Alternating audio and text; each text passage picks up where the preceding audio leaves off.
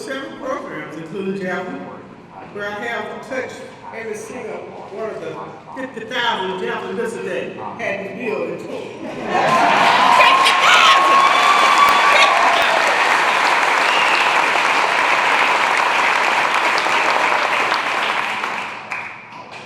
I consider my teammates family. And I can say that the entire Lockheed Martin team is honored by this special guest today. It is a great honor to introduce to you the President of the United States.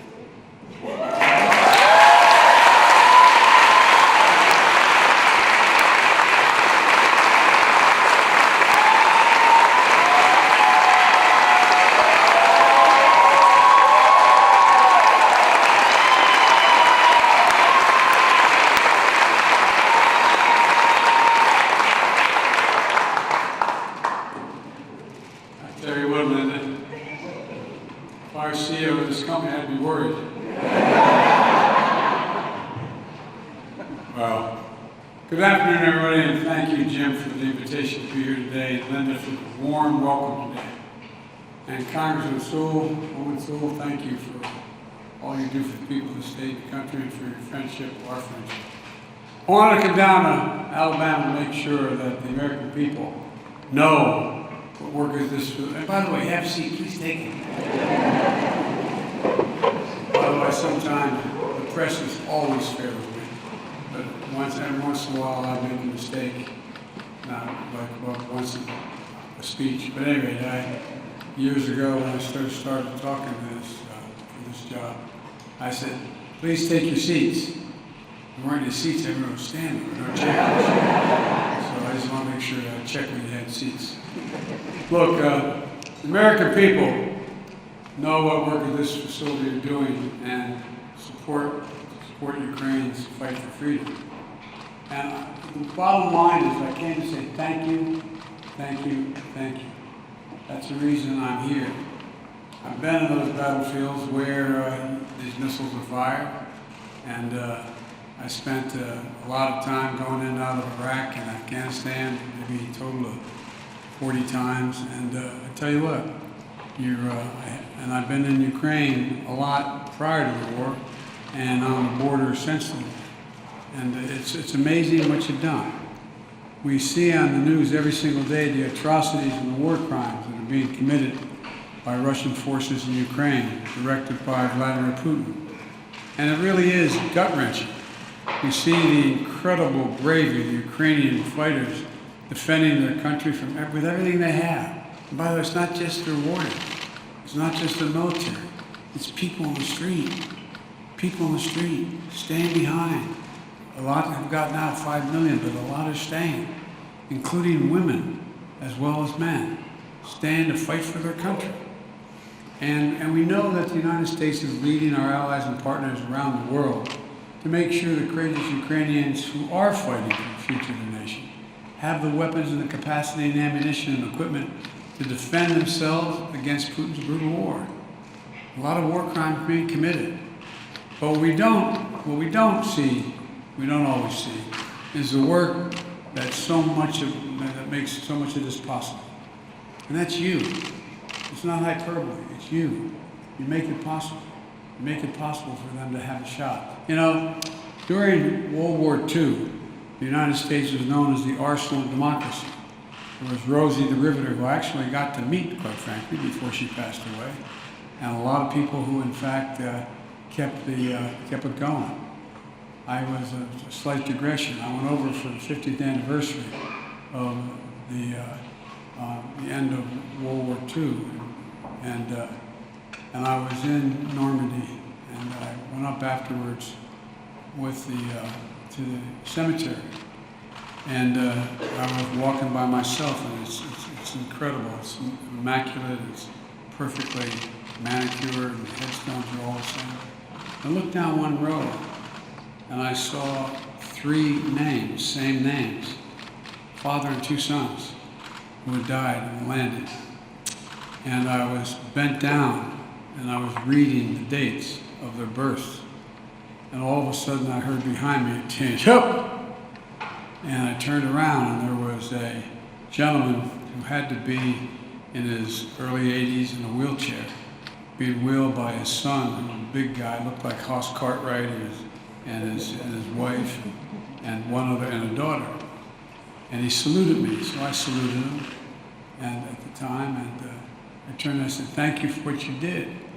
Thank you for literally saving civilization."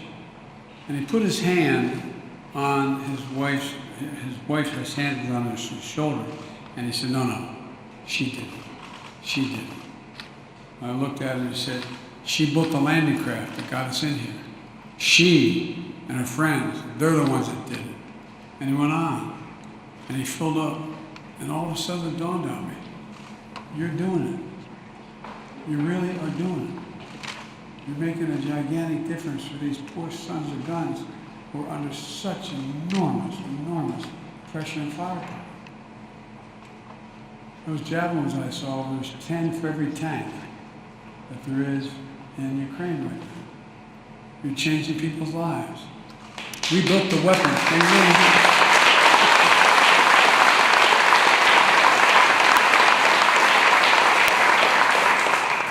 But we built the weapons and equipment that helped defend freedom and sovereignty in Europe years ago. That's true again today. You know, some of the best, most effective weapons in our arsenal are those Javelin missiles, like the ones manufactured right here in Pike County. They're highly portable. They're extremely effective against a wide range of armored targets. They can hit targets up to 400 meters away and have a fire and forget capability. That means a person firing can, I know you know, but for anybody who maybe listen, can change positions or take cover before that javelin even strikes home, strikes the target. In fact, they've been so important, there's even a story about Ukrainian parents naming their children, not a joke, their newborn child, Javelin or Javelina, not a joke.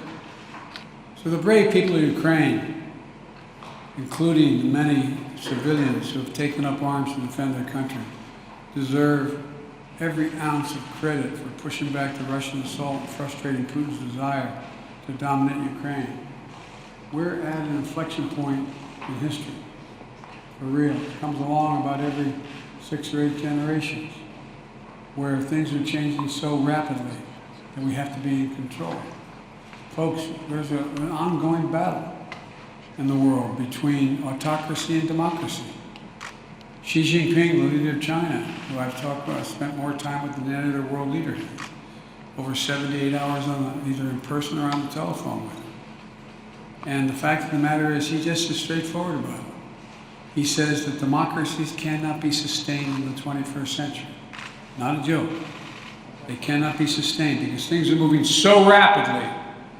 Democracy requires consensus, and it's hard to get consensus. Therefore, they can't keep up with autocracy, one-man rule. But that's not going to be the case. If that happens, the whole world changes. And because of you, in this first really battle, if you will, for that, to determine whether that's going to happen, is because you're making it possible. You're making it possible for the Ukrainian people to defend themselves without us having to risk getting in a third world war by sending American soldiers fighting Russian soldiers. My dad used to have an expression, he said, the only war worse than one that's intended is one that's unintended. You're allowing the Ukrainians to defend themselves. And quite frankly, they're making fools of the Russian military in many instances. A big part of the reason they've been able to keep up fighting and to make this war a strategic failure for Russia is because the United States, together with our allies and partners, have had their back. The United States alone has committed more than 5,500 javelins to Ukraine. You're changing the nation. You really are. Add to that significant supplies from our allies and partners, as well as many thousands of other anti-tank and anti-air weapons, helicopters, armored vehicles, artillery, coastal defense systems. Before Russia attacked, we made sure Russia had javelins and other weapons to strengthen the defenses so Ukraine was ready for whatever happened. In the last 2 months, we continue to move even more resources and equipment at a rapid pace into Ukraine. We've made sure that there are no interruptions in the flow of equipment to Ukraine. Since Russia invaded Ukraine just over 2 months ago, we have sent more than $3 billion in security assistance to Ukraine. Alone, us, not counting our allies. And that money is a direct investment in defending freedom and democracy itself. Because if you don't stand up to dictators, history has shown us they keep coming. They keep coming. Their appetite for power continues to grow. And every worker in this facility and every American taxpayer is directly contributing to the case for freedom. And that's something we can all be incredibly proud of, in my view.